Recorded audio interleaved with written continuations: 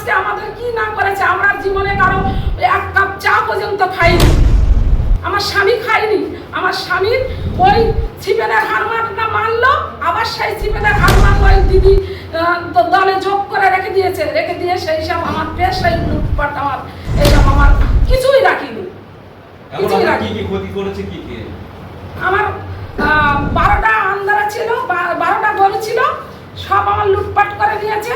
আমার বাড়ি টাকা ছিল, সোনা ছিল, তোমার খাট বিছানা, আমার বাড়ি বিভিন্ন জিনিস, টিভি ফ্রিজ সব ছিল, আমাদের কিছু নেই।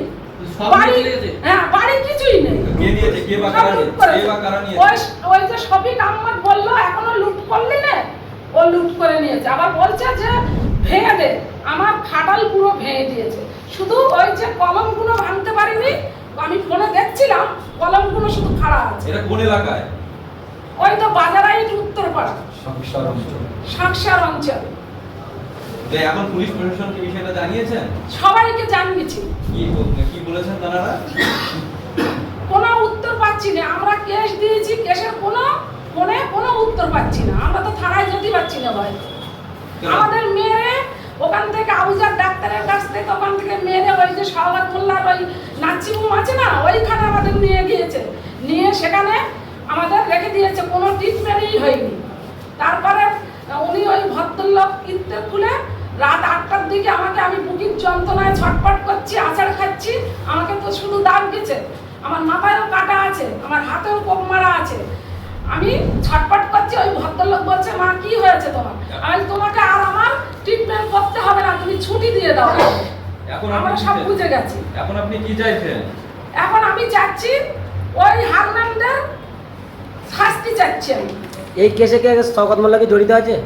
হ্যাঁ, শওকত মোল্লার হাত আছে তো। শওকত মোল্লা উনি বারবার শিক্ষামন্ত্রী ফোন করলো, আমার শিক্ষামন্ত্রীর গাড়ি চালায় আমার ভাইজি জামাই, উনি গিয়ে বললো, শিক্ষামন্ত্রী বারবার বললো, শওকত মোল্লা কোনো কথাই নিল না।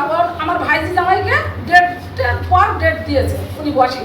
উত্তরপাড়ায় ওনার বাড়ি।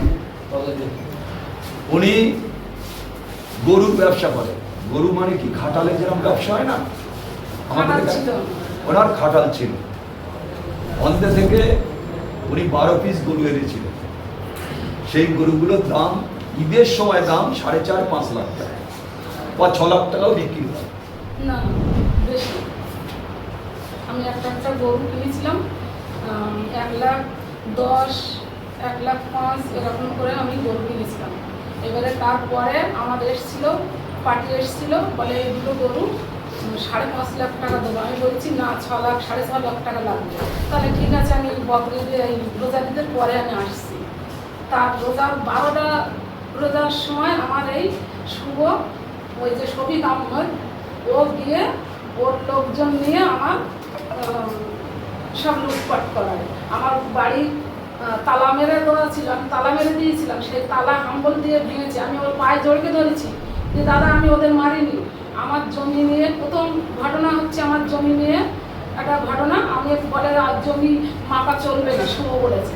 তাহলে ঠিক আছে, মাপা চলবে না। এবার ওই পার্টিদের ওরা মাটি ফেলছে। শুভকে আমি ফোন করেছি, শুভ কথা শুনিনি, কিছু উত্তর দেয়নি।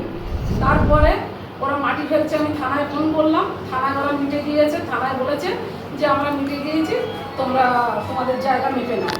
বারবার আমি মনির কাছে আমি যাই যে এরকম থানায় থেকে বলে দিয়েছে, ওরাও স্বীকার হয়েছে আমি জমি মাপবো। মনি বলেছে যে 1 লাখ টাকা দিতে হবে, শুভ চেয়েছে 1 লাখ টাকা।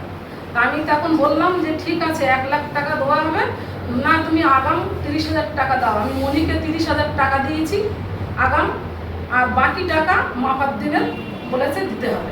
আর ঠিক আছে, এবার মনিকে ফোন করছি, মনি মাপার দিনে আমার আমিন এসেছে, মনি যাচ্ছে না। মনি তারপরে কিছুক্ষণ পরে ওই যে রশিদা বলে একটা মহিলা ফোন করলো, ও মনি চলে গেল। এবার বুথ সভাপতি হচ্ছে আসলাম